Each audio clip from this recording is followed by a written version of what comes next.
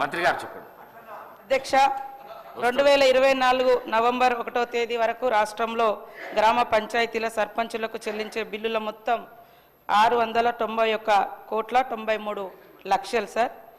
B ప్రశ్నకు లేదండి, C ప్రశ్న త్వరలో చెల్లించడం జరుగుతుంది.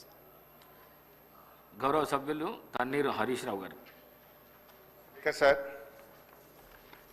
ఈరోజు గౌరవ మంత్రి గారు 691 కోట్ల రూపాయల బిల్లులు పెండింగ్లో ఉన్నాయని చెప్పారు. రాష్ట్రంలో మీరు చూస్తే అధ్యక్ష, బడా కాంట్రాక్టర్లకు మాత్రం బిల్లులు వస్తున్నాయి. చిన్న చిన్న కాంట్రాక్టర్లకు ఇప్పుడు ఒక సంవత్సర కాలం నుంచి 691 కోట్ల రూపాయలు ఇవ్వకుండా సర్పంచులను ఎంపీటీసీలను ఈ కాంగ్రెస్ ప్రభుత్వం గోసపుచ్చుకుంటా ఉంది అధ్యక్ష.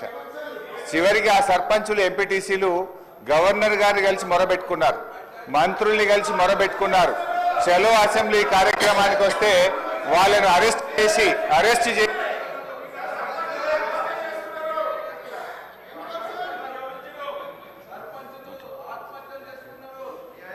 స్పీకర్ సార్, సభను కొంచెం ఆర్డర్లో పెట్టండి. స్పీకర్ సార్, 2 రోజులు మొన్ననే ట్రైనింగ్ ఇచ్చింది, ఇదేనా సార్ ట్రైనింగ్? సార్ అధ్యక్ష, బీఆర్ఎస్ పాలనలో తెలంగాణ పల్లెలు అద్భుతంగా కేసీఆర్ గారి నాయకత్వంలో తీర్చిదిద్దబడ్డాయి.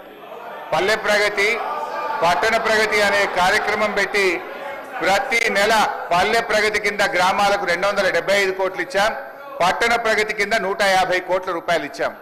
కానీ కాంగ్రెస్ ప్రభుత్వం వచ్చిన తర్వాత ఈ ఏడాది కాలంలో పల్లె ప్రగతి, పట్టణ ప్రగతి కింద 1 రూపాయి కూడా గ్రామ పంచాయతీలకు ఇవ్వకుండా పోవడం వల్ల ఈ రోజు ఈ సమస్య వచ్చింది అధ్యక్ష. ఇది నేను చెప్తున్నది కాదు, కేంద్ర ప్రభుత్వం చెప్పింది. దేశంలో ఉత్తమ గ్రామ పంచాయతీల అవార్డులు ప్రకటిస్తే టాప్ 20 అవార్డ్స్ లో 19 అవార్డులు తెలంగాణ రాష్ట్రానికి వచ్చాయి. 20లో 19 తెలంగాణకు తెచ్చిన ఘనత కేసీఆర్ గారిది, బీఆర్ఎస్ ప్రభుత్వాన్ని.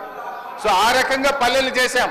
ప్రతి గ్రామ పంచాయతీకి ట్రాక్టరు, ట్యాంకరు, ట్రాలీ, నర్సరీ, వైకుంఠధామము, డంప్ యార్డు పెట్టి తెలంగాణ పల్లెలు దేశానికి ఆదర్శంగా నిలిపిన ఘనత కేసీఆర్ది, బీఆర్ఎస్ పార్టీ.